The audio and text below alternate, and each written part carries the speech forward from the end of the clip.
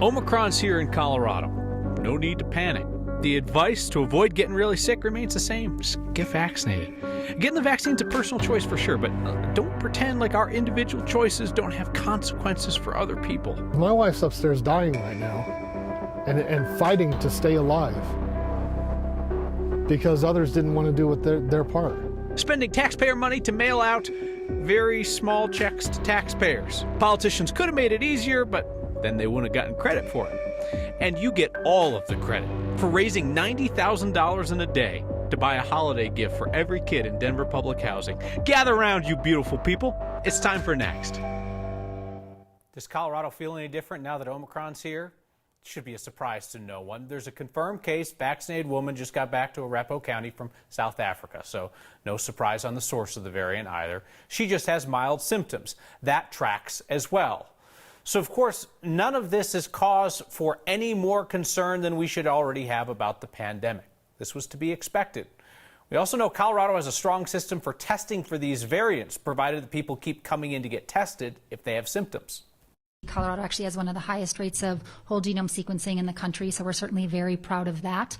But of course, testing relies on individuals choosing to go get tested, and so we certainly at this time want to make sure that individuals who should be tested, those that have had exposures or those that are symptomatic, are seeking testing, especially those that have returned from international travel.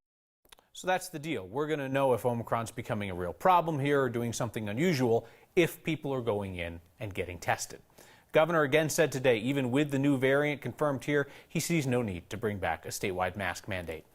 Colorado's COVID hospitalizations dropped again today. You'll love to see it. It's an even 1,400 patients currently being treated for COVID-19 in our hospitals. It's down 32 patients from the day before, down 127 patients from this time last week. Your decision whether or not to protect yourself and others from COVID-19, whether it's through vaccination or by wearing a mask in indoor public places, it's a personal decision, but it goes beyond that. We know by now this impacts other people. Take it from Todd Dempster. His wife, Jessica, has an autoimmune disease, and she currently has COVID and is in the ICU. This virus is killing people, and these guys upstairs are doing everything they can. We have to do our part to help them save all these people that are dying. My name is Todd Dempster. My wife Jessica is upstairs in a medically induced coma right now, hooked up to a ventilator, fighting to stay alive. She was diagnosed with Wegener's disease in 2017, and then earlier this month she came down with COVID. Wegener's, it's an autoimmune disease, and for people that are, well, I'm not getting vaccinated, and I'm not wearing a mask, and I'm not doing this, okay, then stay home. Stay home and stay away from the rest of us. Because my wife's upstairs dying right now, and fighting to stay alive, because others didn't want to do their part. We did our part. You know, we both got fully vaccinated, we wore masks everywhere.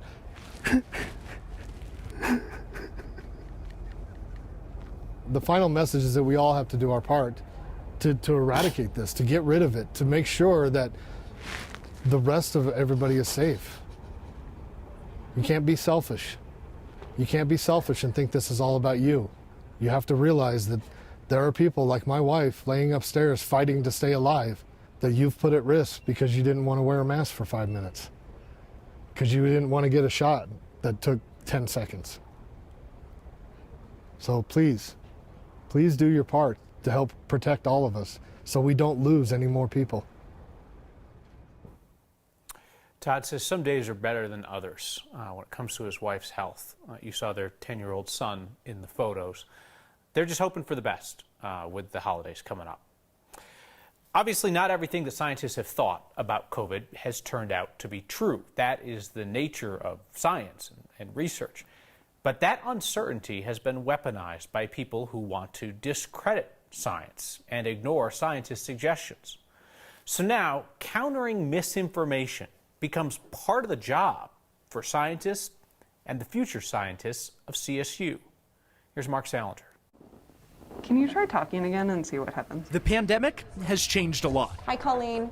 glad you could join us. Even getting people together to talk can be challenging. But I would say normally no, which is why we realized the need for this. In a meeting room at CSU, the context really matters. Faculty from the microbiology, immunology, and pathology department tackle a problem they can't solve alone. Science communication is just an inherently interdisciplinary field. There's the science and there's the communication. Nicole Kelp is good at science. Yes, yeah. Ashley Anderson teaches communications. That's where the second part comes in. Together, they're working to train the next generation of scientists on how to get the world to believe them. It's not so much the information you're communicating, it's do I trust you as a person, and that can really affect whether or not I'm going to believe what you say.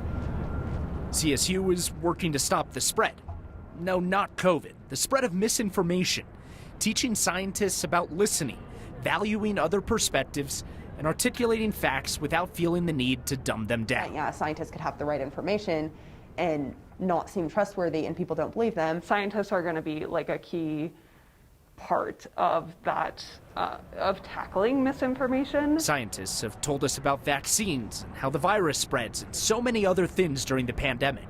But their work has been countered by false information. Ashley and Nicole want to stop that. We in our academic ivory towers can't march in and tell people what to do or think effectively, and we want to really empower and connect with those communities. We have a lot of work ahead of us, and the solution starts with a conversation. Hopefully, we can make a difference. Now, communication students will join science majors for this class, but they're also inviting in members of the community to take the course with them. They want scientists already out working in the real world, Kyle, to share their perspectives and help them find solutions as well. And they're learning in real time about what kinds of communication approaches work and what kinds might be well-intentioned but don't work. Yeah. Something that Nicole told me that was really interesting is that a lot of times the training for scientists to go on TV, for example, is kind of help dumb them down a little bit so that they can talk about things that you and I can understand without these big words or lots of data. But a lot of times she says that comes across disingenuous. So she wants them to be able to talk freely about what they can and tell people and connect with them in a way that they understand. I think at this point in the pandemic, people know a certain amount about what's going on with the term. I think people can handle higher level information than maybe we could at the beginning of the pandemic. We sat here and explained what social distancing was or what a pandemic curve was. All right. We've learned a lot. Thank you, Mark. We have been getting questions from some next viewers in Jefferson County about some adorable little tax refunds they've received. Checks mailed out for a few bucks here, a few bucks there. Viewer named Steve sent us a screenshot of his check. Steve, don't spend it all in one place. $3.88 worth of fun. Steve thought maybe it was a waste of his time and the county's money to send him a check that small that he now has to go cash. Steve was curious how much it cost to send it out and why it couldn't just be directly deposited somewhere. So here's the deal. If you guess the Taxpayer Bill of Rights, ding, ding, ding. State law dictates that extra government revenues accrued in a year have to be refunded to taxpayers unless the government agency asks voters if they can keep it. Jefferson County commissioners decided they're not even going to bother asking, we're just going to mail out checks instead. So more than 210,000 checks were mailed out at a cost of 97 cents apiece. 97 cents was more than the value of some of the checks. All in all, the county spent $200,000 on the mail out. Average check was $7. The smallest check was a penny. Largest one went to XL Energy for $44,000. So yeah, 97 cents to mail somebody a penny check. Jeffco can't directly deposit the money because they don't have people's banking info. That's good, right? One option would be to just take the $7 or the penny off of somebody's property tax bill. But if they did it that way, you might not give the commissioners credit for mailing you a check. In less than 24 hours, you all have come together to raise $91,000 through your Word of Thanks microgiving campaign to buy a holiday gift for every child in Denver public housing. $90,000 plus in 24 hours. That is pretty astonishing. So now, at this point, we have covered a Christmas gift or another holiday gift for all 3,000 some of those kids in Denver's public housing complexes. And your generosity now means that the nonprofit Friends of DHA can expand its holiday gift program to try and cover kids from low-income families in Section 8 housing in the city. It wasn't even on their radar that they would also be able to offer gifts to thousands of those families. But your generosity is pretty legendary at this point, and I'm determined that no parent who has the courage to ask for help with a gift should be told that there's no help left for them this year.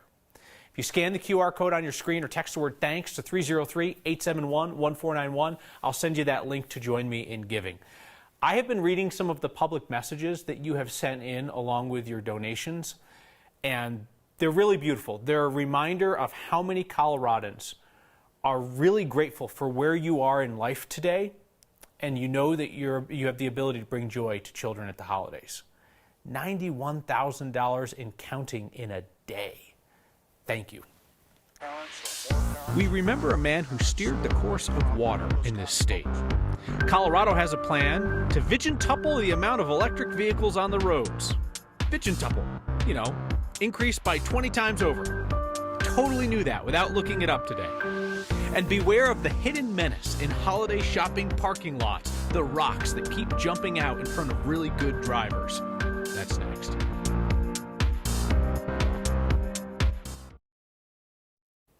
When the Rockies sell out Coors Field, or like the Cubs or the Cardinals do, there are more fans in the stands at Coors than there are electric vehicles in our state. There are 45,000 EVs in all of Colorado. The first executive order signed by Democratic Governor Jared Polis when he took office was to increase the number of electric vehicles 20 times over by 2030. Our Marshall Zellinger found some obstacles on the road ahead. We're going to stop before we pull into this condo garage in Keystone, even though it's what's inside here that has us interested, or rather, what's not inside. This letter from the condo's homeowners association spells out why the HOA is going to prohibit electric vehicles from using the garage, parked or charging. They were trying to say, does an electrical vehicle burn more? And I was like, no, all vehicles burn. It can happen. Division Chief Kim McDonald is the fire marshal for Summit Fire Rescue and EMS. He talked with the HOA prior to its decision to ban EVs. The letter from the HOA stated the fire marshal agreed an EV battery fire would result in a substantial loss. With electrical vehicle fire, yes, it's more intense, takes a little bit longer to put out, takes a lot more water. But that was pretty well the extent of our conversation. The ban on EVs here is a bit of a roadblock to Democratic Governor Jared Polis's goal of having 940,000 electric vehicles on the road by 2030. That was his first ever executive order, one of Polis's promises. When he signed it, there were between 15,000 and 17,000 EVs on the road. 2 years later, 44,352. And some of them cannot park in this parking garage at 19th and California in downtown Denver. What we have behind us appears to be proactive nature by the building owner here. Denver Fire Captain Greg Pixley points out this safety warning, banning Chevy Bolts from parking here, has nothing to do with fire codes, just a building owner's concern for an ongoing recall due to risk of battery fires. What we have here is somebody that is looking at the concerns surrounding these type of vehicles and trying to go a step farther than the Denver Fire Department would. This is not a blanket ban on EVs, like the condo garage in Keystone. Just look beyond the gates. That's a charging station for electric vehicles. Well, anything but a Chevy Bolt. Now comes the investigative part. I'm still trying to get an answer if an HOA can ban EVs. There's a state law to make living with an EV in an HOA easier. I just don't have the answer right now if there needs to be some option. And perhaps, Kyle, that option is you can have an EV at this HOA. You just got to park outside and not inside. And I think that might be what the answer that I'm going to get is. So this is my ignorance because I grew up in the country and now I live in the city. So like HOAs are like these foreign things to me that fascinate me. So like HOAs can dictate like which of the 17 shades of beige your house can be. Yep. Whether you can paint your mailbox green, whether you can, but they can't tell you can't fly an American flag. Right. You have to be able to do that. Could they say no EVs? So I was talking to Summit Fire about this, and based on their guidance, they can educate the HOA about fire danger, but they were saying they're not going to come to us for this rule, just like they're not going to come to us to say, hey, is it okay if we have a rule that you can't paint your house pink? Yeah. They can be more restrictive in certain areas, and I think as long as there's an option somewhere, they can get around this. I'll get the answer and I'll report back. All right. Thank you, Marshall. This holiday shopping season, with more people driving from store to store, I need to warn you about a menace in our community that Next has covered over the years. Predatory rocks. They look like normal rocks until they leap out in front of your vehicle and you drive up on them and you end up high-centered and flapping in the breeze like this. It's not the driver's fault. It is these predatory rocks. Rob spotted this one recently at the Bella Rosa Golf Course in Frederick, and it brings to mind a serial predator in Colorado's parking lots, the infamous Target rock. Next covered its reign of terror in 2017, snatching up one unsuspecting car after another at Colorado Mills. And again, I cannot stress this enough. This is not bad driving. You can clearly see how that boulder leapt out of the parking lot median and in front of the vehicle. Here's another example. Again, stellar driving, but it's a rock that jumped under the chassis. The Target rock was eventually removed after several attacks. Its memory remains as a warning to all Coloradans about the danger of predatory parking lot rocks. A former Supreme Court justice impact on Colorado was both essential and often invisible. Having an influence, whether you know it or not, in your life in Colorado today and how you access and interact with your water. And there's a bunch of money waiting to be claimed by service industry employees, if only they knew about it. Next.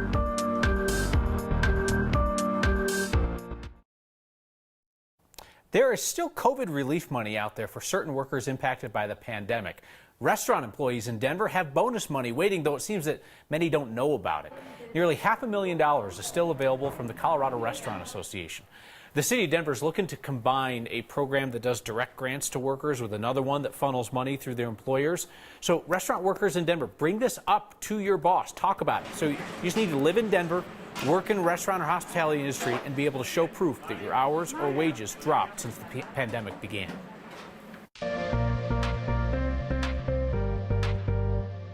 Another shorts and t-shirts kind of December day. Our record high still stands at 74, but man, were we close. 72 out at DIA. Also, our snowless stretch continues. We are now solidly in that number 3 spot at 225 days without any snow. And of course, the drought conditions worsening because of this. We are now in extreme drought across parts of the Denver metro area. Nothing tonight on HD Doppler 9. No rain, no snow. And that's going to be the case through the weekend. Tonight, temperatures pretty mild, 20s and 30s. This cold front does push through, so that's going to knock off our daytime highs just a bit tomorrow, but still pretty mild. Upper 50s, low 60s here for the metro area. Right now, all eyes on next Tuesday for possibly a little light snow.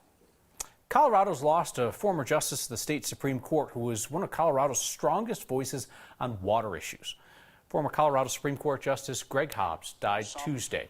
He served on the highest court for 19 years before he retired in 2015. He had a long background in water law before joining the bench. He was a founder of Water Education Colorado, a statewide group that tries to make complex water issues more understandable for all of us. That was really Justice Hobbs' life's work. It's difficult to even comprehend, what it means right now to be moving forward without him. I think, if anything, we all just feel an incredible sense of, not obligation in a bad way, but just a commitment, a heightened commitment to furthering the mission in his honor and memory because of everything that he gave and all the service that he provided. We just want to carry that forward. Justice Hobbs spent a lifetime helping others learn. He was a 6th grade teacher before he went into the law. Your feedback includes a photo of one of the whopping tax rebate checks you received. That's next. We received some pretty fiery feedback tonight about the family story about the woman in the ICU. Joel Riggs said, "You did a story about a fully vaccinated person in the ICU, but you interviewed the husband to try and spin it as a fault of the unvaccinated." Really? Yes, Joel, the whole point here is that our choices impact other people, especially those who are unvaccinated or whose immune issues interfere with their ability to be vaccinated. See you next time.